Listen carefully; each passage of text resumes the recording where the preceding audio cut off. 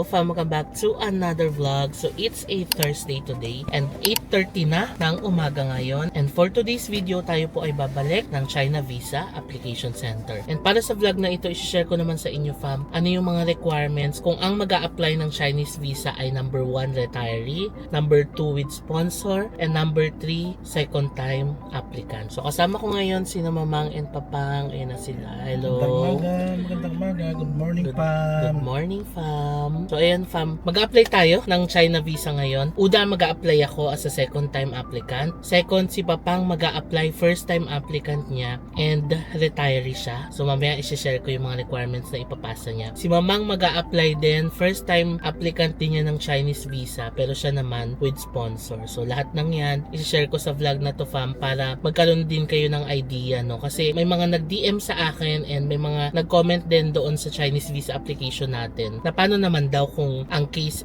yung mag-a-apply walang COE, yung may sponsor or retiree. So ito na yung vlog na yun, fam. I-share ko sa inyo lahat ng details, kompletong details para in case na nagpaplano rin kayong pumunta ng China. Ayan, this vlog is for you. So 9 AM daw ang open ng CVAC. Sakto naman 8:30 ngayon. So maaga-aga tayo makakarating. Ito na yung requirements, fam. Kinumpleto na namin. Actually, hindi lang isang araw tong kinumpleto kasi si Papang pumunta pa ng bank, kumuha ng mga statements and certificates, nag-request pa sa PSA. So ito, isang buong to yung requirements natin, fam. Ganyan karami. Pero tatlo na kami dito, 'di ba? Ganito ang ipapasa natin sa Chinese Visa Application Center mamaya.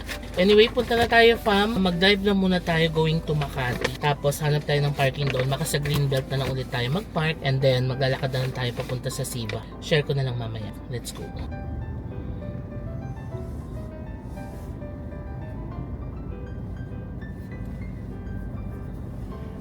Dito na kami sa Greenbelt, fam. Saglit lang din yung biyahe. Parang isang oras lang yung biyahe natin mula sa Cavite. Na-share ko na to noong nakaraan pero isi-share ko na lang ulit ngayon para sa mga viewers natin na hindi napanood yung vlog natin nung nakaraan. So yung parking kasi doon sa Noble Square, meron silang on-site parking pero hindi siya available para sa mga nag-a-apply ng visa. Siguro pang tenants lang yun. So kailangan nyo maghanap ng parking, fam, na malapit doon. Ang meron doon na malapit is yung De La Rosa parking. Kaso laging punuan, lalo na kapag may pasok, weekday, kasi lagi talagang punuan doon. So, ang option nyo talaga is dito kayo magpa-park sa Greenbelt tapos lalakarin nyo na lang papunta doon sa application center. Or kayo, fam, kung meron kayong ibang alam na pwedeng parkingan na malapit doon sa Noble Square, share nyo na lang din sa comment section para sa mga fam natin na naghahanap din ng parking and mag-a-apply ng Chinese visa. Ngayon, maglalakad na tayo papunta doon sa Noble Square. Sarado pa yung Greenbelt. 10:05 pa lang ng umaga. Lakad na tayo, fam. Meron pala akong bagong fan ngayon. Share ko lang. This is Bujudok. And malakas siya, fam. So, ito yung button niya sa likod. Tapos may button siya sa harap. Yung harap is yung power niya. Ayan, no? Yung air volume, pwedeng 20, 40, 60, 80, and 100. Sobrang lakas niya. And ang sarap niyang gamitin. Pinagpapalit-palitan ko lang to sa Jisoo Life. Tapos magaan lang din. Maganda siyang dalhin sa bag. Kung gusto niyo rin ito, itatag ko yung product sa baba. Halika, dito tayo maglalakad. Dito lang naman siya, fam. Pagtawid natin dyan na. Malapit na tayo. Ayan na yung building. Dito sa kaliwa, ito yung De La Rosa parking. Ito yung nearest na parking sa building. Yun nga lang, laging puno. Kung gusto nyo, fam, try nyo muna dito sa De La Rosa. Kung wala, saka kayo mag-Greenbelt. But yeah, akit na tayo dito sa building. Dito na tayo sa Noble Square. So ang gagawin, magre-register lang dito sa baba, sa Guardia. Ito yung sabi kong on-site parking dito, fam, mo. Pero bawal mag-park for tenants only yata. Ika-register tayo dito. Dito na tayo sa building. Ito tayo sa 6th floor, fam. Bawal na mag-vlog doon. So, balikan ko na lang ulit kayo maya-maya. Hello, fam. Tapos na tayo mag-apply. Sobrang bilis, napaka-efficient sa loob. Parang 30 minutes lang yung buong application process. I-share ko mamaya. Waiting na lang. Ano ngayon? 15. Ang release daw ay 20. So, 5 days. Share ko mamaya yung process. Balik na muna tayo ng Greenbelt. Kain na muna tayo, fam, ng lunch. Nandito tayo sa Texas Roadhouse. Kasi, fam, masarap yung tinapay dito. Ayan. Freshly baked yan. Daily. Tapos, masarap din yung peanuts nila. Ang init tong tinapay. Sarap.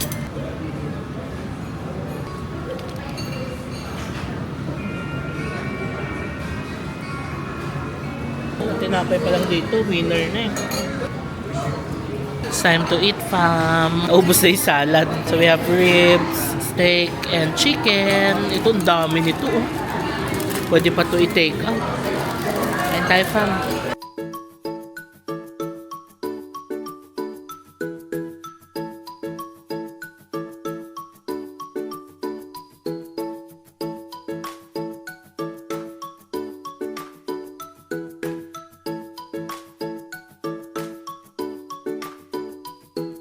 Tapos na tayo mag-lunch, fam. May promo ngayon ng Texas kapag video credit card. Yun naman ang maganda kapag bistro group, no? Masusulit mo talaga kapag may credit card ka na pwedeng gamitin sa promo nila. Anyway, 12:30 na. Bili muna tayo ng coffee kasi nadaanan namin dito kanina. May Harlan and Holden. Di ba favorite natin yun? Dito lang siya sa gitna.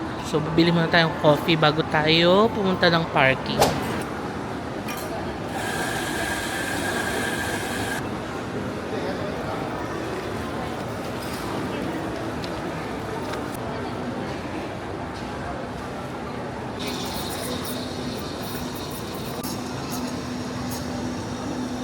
Okay, fam, dito na tayo kay Tokyo. Time check, 12:40 na ng tanghali. Naka-take out na tayo ng ating favorite coffee na Harlan and Holden Sea Salt Latte. So ngayon, ready na tayong lumabas. Ticket pala. Ito, andito sa ano, Saan ba meron eh? sa paglabas na. Okay din. Senior ID daw. Yes. Side seat na lang po ibibigay ko sa kasama po sa Yung first 3 years po lang libre na po. Ay, talaga? Thank you. Ang galing ng Greenbelt. First 3 hours for senior citizen. Free parking. Hindi ba? Naka na yung senior ID mo. Nakalibre pala tayo ng parking dito sa Greenbelt. Anyway, yun lang, fam. Balik na muna tayo sa bahay. Discuss ko pag uwi yung mga requirements, pati yung pinagdaanan nating process sa China Visa Application Center.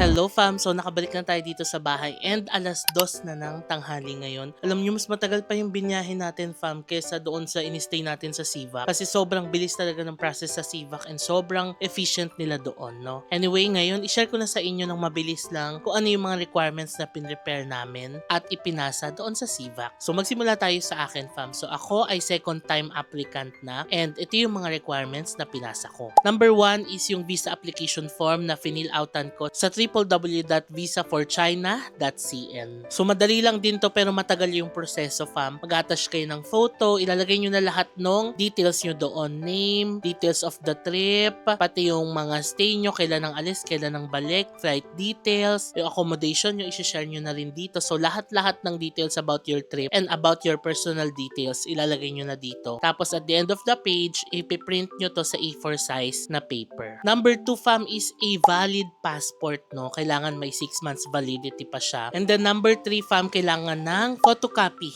ng passport bio page. Number 4, katulad din sa unang application natin, kailangan ng 2 pieces na passport size colored photo with white background. Number 5, ito bago to, previously used China visa. So yung nagamit nating China visa, pinotocopy ko lang din, ito na yung pinasa ko. Number 6, kailangan pa rin ng hotel booking confirmation. Number 7, kailangan pa rin ng flight tickets. And number 8 is yung guarantee letter. Yung hotel accommodation, meron yan mga free cancellation, no? So, pwede kayo mag-book niyan. Then, for flight tickets naman, pwede kayong mag-flight reservations, no? Or, kung sure naman na kayo sa trip nyo, pwede na kayo mag-book ng flights na may option for refund, no? Yung guarantee letter, fam, pinagawa sa akin ito kasi as self-employed, kailangan daw gumawa ka ng guarantee letter na, o ito, I am self-employed, ako yung nagpa-finance sa sarili ko, and I guarantee na magtutour lang ako doon, or I guarantee na for tourism purposes lang yung punta ko ng China. So, yung mga ganyan, ilalagay mo sa guarantee letter. Number 9, fam, and ito yung last is yung travel itinerary. So, kung ano yung format na ginawa ko nung unang application, ganun lang din yung format na ginamit ko ngayon. So, yun lang, fam. Siyam lang ang requirements na pinasa natin for our second time application sa CVAC. Wala na yung bank certificate, wala nang bank statement, wala na ring ITR kasi second time application na natin. Next naman is ito naman yung mga requirements na pinasa ni Papang as a retired applicant, no? So, passport ulit, number 1, 6 months validity. Number 2, photocopy ng passport bio page. Number 3 is visa application form. Ito, doon din to sa www.visaforchina.cn. And same lang din, fill out lang all the details there. Details ng trip, lahat-lahat. Tapos ipiprint lang din siya sa A4 size na paper. Number 4, kailangan din ng 2 pieces na colored photos. And passport size photo ito with white background. Number 5 is travel itinerary. So kung ano yung format na ginamit ko, same lang din sa format ng ipinasa namin for Papang. Number 6, kailangan din ng round trip airline tickets. So kung ano yung flight ko, same lang din kay Papang. Also, kailangan din ng hotel booking. Same lang din. Kung ano yung pinasa ko, yun lang din yung kay Papang. Okay, number 8 naman is bank certificate of deposit balance, no? Kasama yung bank statement kasi first time applicant ni Papang. So bank cert and bank statement. Number 9, since senior citizen din, kailangan din magpasa ng photocopy ng senior citizen ID front and back. So yung mga requirements na pinasa niya is same ng mga requirements na pinasa natin nung first time nating mag-apply ng China visa. Next naman is yung mga requirements na pinasa namin for Mamang. So si Mamang naman is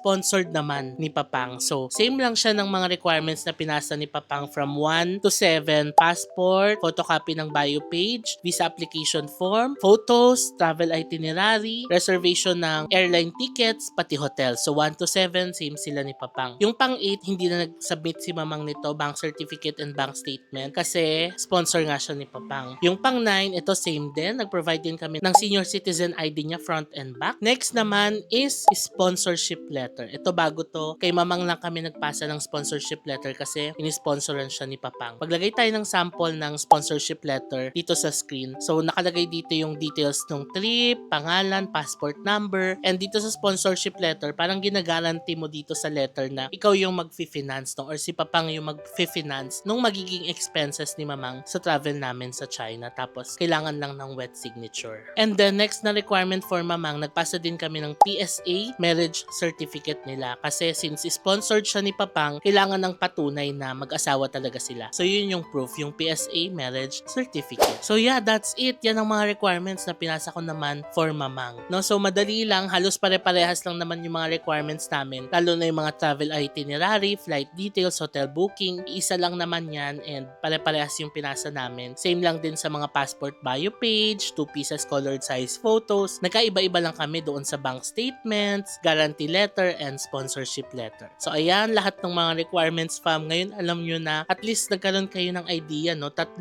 types of application itong na-share ko sa inyo. Number 1, yung second time applicant. Number 2 is first time applicant na retiree, no? Tapos number 3, first time applicant with sponsor. So for the price naman, ang binayad namin fam ay same lang ulit, 2,898 per person. So 3 kami niyan. Pero ako, ang in-apply ko kasing type of visa is double entry na. So since naka-single entry na tayo nakaraan, pwede na pala tayo mag-apply for double. Pero doon sa counter, kinonfirm ko rin sa nag-check ng doc. Sabi ko, Miss, double lang yung pwede kong i-apply, no? Next pa yung multiple. Sabi niya, hindi sir, pwede po kayong mag-request ng multiple. So ayun, since pwede naman pala, ginrab ko na yung opportunity. Nag-apply ako ng double pero nag-request din ako ng multiple kung maa-approve nila. So 2,898 yon. Tapos nag-add lang ako ng 550 pesos para sa request for multiple. Kila Mamang and Papang, parehong single yung in-apply namin. So 2,898 sila each. So sobrang bilis lang ng process fam sa China Visa Application Center. As in, walang ka-hassle-hassle, no? Ang dami pang ang tao pero sa dami ng counters nila, ang bilis nilang napaprocess yung mga applications. So pagdating doon sa taas, nag-register lang ulit kami sa guard. Tapos pagpasok doon sa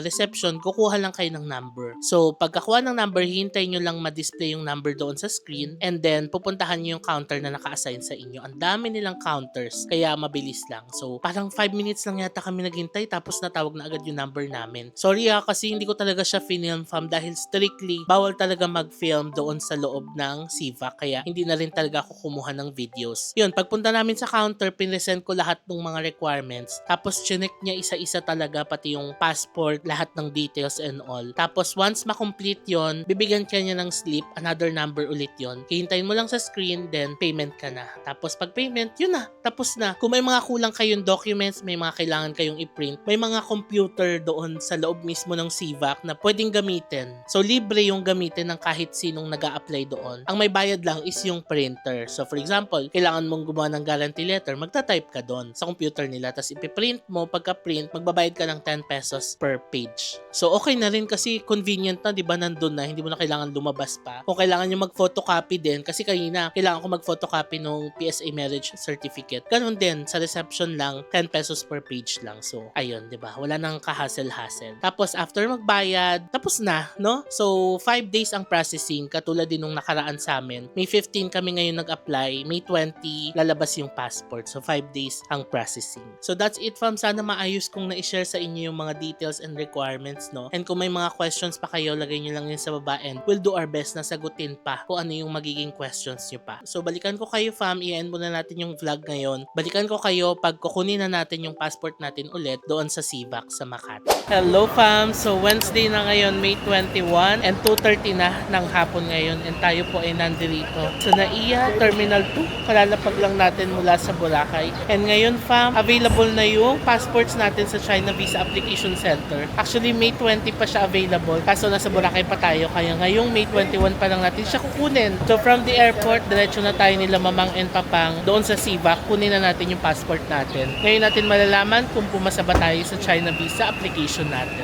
Let's go, fam.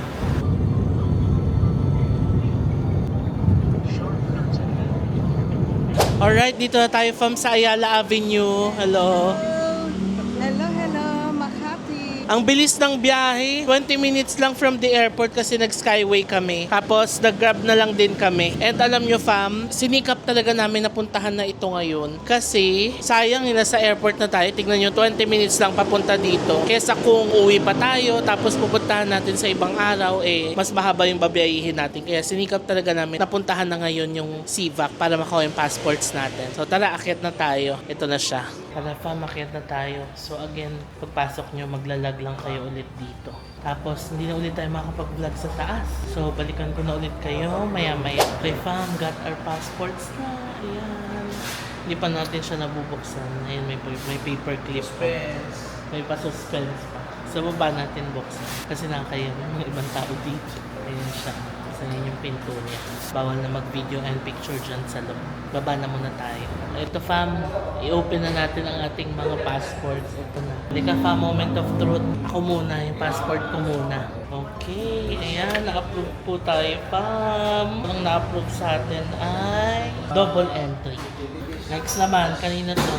Okay, kay Mamang naman. Uy, na-approve din si Mamang. Yes. Makarating na ng China. Ang na-approve sa kanya ay single entry. Next kay Papang. Wala. Siyempre, ako yung, Kinakabahan ka. ako yung ano eh. Ikaw yung sponsor ni Mamang. Baka nga double entry yan eh. Wala, hindi single lang pag-una. Sige lang kasi ngayon ka lang nag-apply. Ayun o. Wala, ba't wala sa'yo pa? Ayun, kinabahan pa ng konti. Sponsor pa mawala. Kinabahan pa siya. Yung siya yung sponsor pala ni Mamang, di ba? O ayan, nag-land ka rin ng single entry. Yay! Thank you, Lord! At nag-grant po tayo ng visa. Ngayon, ready na tayong umuwi. Pamaya na tayo mag-outro sa bahay. Hello, fam! So, 5:30 na ngayon and nandito na tayo sa bahay. Na-share ko naman na sa inyo lahat ng requirements na ipinasa namin again for 3 types of application. Number 1, para sa akin na second-time applicant. Number 2, para kay Papang na first-time applicant, retiree and sponsor. Pangatlo, para kay Mamang na first-time applicant din na with sponsor. Again, yung mga nakuha nating visa is yung sa akin ay double entry, yung kay Mamang ay single entry, then yung kay Papang ay single entry. For the timeline na i-share ko na rin, no, May 15 kami nagpasa ng application, May 20 available na yung passport. So 5 days lang. Tapos alam nyo, fam, ang issue date ng visa is May 16. So yung kay Mamang and Papang, 3 months ang validity niya from May 16 to August 16. So kailangan within those dates makapasok sila ng China, tapos they can stay up to 14 days. Yung sa akin naman, fam, since double entry siya, issue date ay May 16 and ang expiry date ay November 16. So 6 months ang validity ng ating visa, tapos I could stay up to 30 days per entry. O diba? Mas mahaba na yung pwede nating i-stay. So sana nakakuha kayo ng magandang information sa vlog na ito, fam, no? Lalo na kung nagpaplano rin kayong mag-apply ng Chinese visa and you also want to go to China, no? I believe na cover ko na lahat ng mga dapat yung malaman about sa visa application, and kung meron pa kayong mga questions na hindi ko na-tackle dito or kung may mga tanong kayo, fam, ilagay nyo lang yan sa comment section and we'll do our best na sagutin lahat ng magiging maging questions nyo dyan. So that's it fam. Before ko i-end itong vlog, please follow me sa aking mga social media accounts, JM Banquisio sa Facebook at JM Banquisio sa Instagram and at JM Banquisio _ sa TikTok. Kung nagustuhan nyo itong vlog na to, please pakilike nyo naman and subscribe kayo sa channel ko and hit that notification bell para man-notify kayo every time na magkakaroon tayo ng bagong upload. Maraming salamat fam sa panonood ng vlog na to and I'll see you on the next vlog. Bye!